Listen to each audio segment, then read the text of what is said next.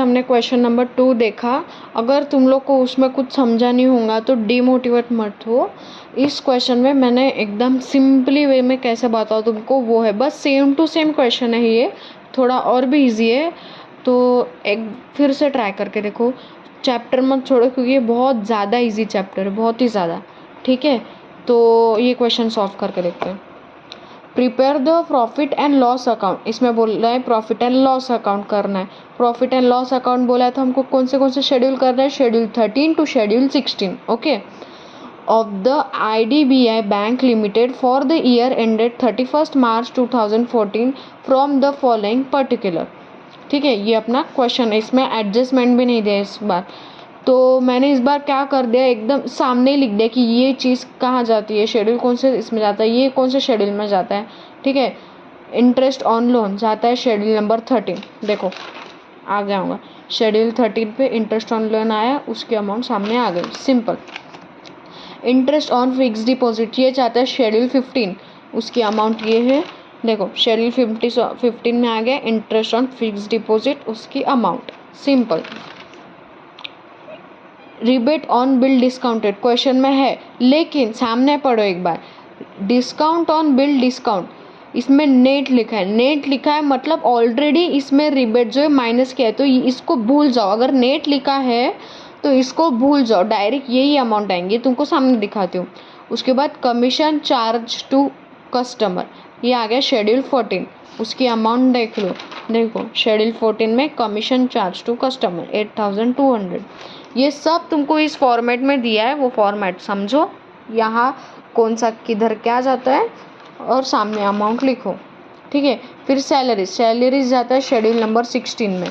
Schedule 16 है हमारा operating expenses, देखो सैलरी आ गई, उसकी अमाउंट आ गई। ठीक है, फिर क्या है, डिस्काउंट ऑन बिल डिस्काउंटेड, सामने नेट लिखा है, मतलब इसमें लिखा है रिबेट, मतलब अपन माइनस करते हैं, लेकिन इसमें नेट लिखा है तो ऑलरेडी माइनस है, तो यही अमाउंट आएंगी पूरी 195, कुछ भी उसमें नहीं करना, वो आता है हमारा शेड्यूल 13 में। Interest on bill discounted 1,95,000।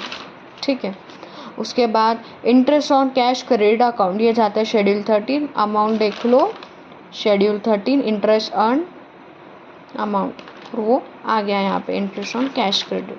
ठीक है, उसके बाद interest on current account schedule 15 में जाता है, अमाउंट देखो, शेड्यूल 15 हमारा इंटरेस्ट अर्न है, इंटरेस्ट ऑन करंट अकाउंट 42,000। उसके बाद रेंट एंड टैक्सेस जाता है शेड्यूल 16 18,000। देखो schedule 16 operating expenses rent and tax 18,000, उसकी अमाउंट आ गई।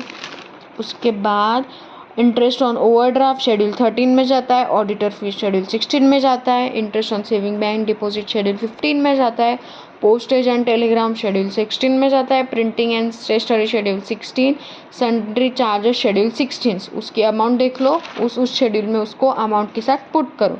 अब देखेंगे हम लोग profit and loss account, same last जैसे ये लिखना ज़रूरी है। In the books of IBDI bank limited profit and loss account for the year ended 31 March 2014, year भी दिया रहता है क्वेश्चन में, उसका प्रोफार्मा है, सीरियल नंबर लिखो पहले, फिर पर्टिकुलर, फिर शेड्यूल नंबर, फिर ईयर एंडेड करंट ईयर का और प्रीवियस ईयर अभी दिया नहीं तो ये खाली रहेगा। पहले रहते हैं हमारा इनकम, फिर एक्सपेंडिचर, फिर profit and loss account, then appropriation. Income में आता है interest earn and other income.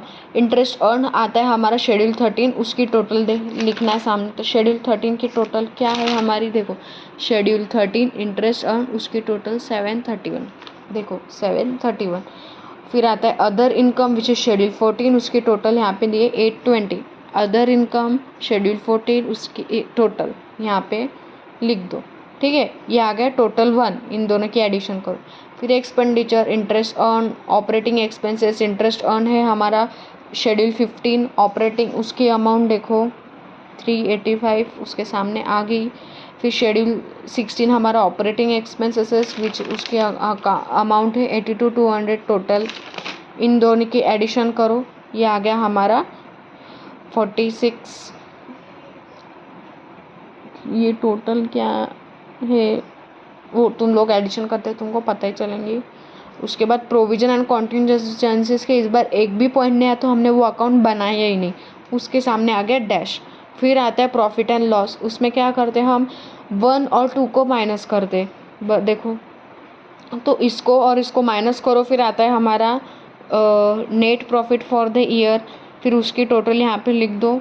उसके बाद एप्रोप्रिएशन में हम क्या करते हैं, इसका 20% निकालते, तो 2,72,000 का 20% आता है 54,400, निकाल के देखो आएगा, यही आएगा।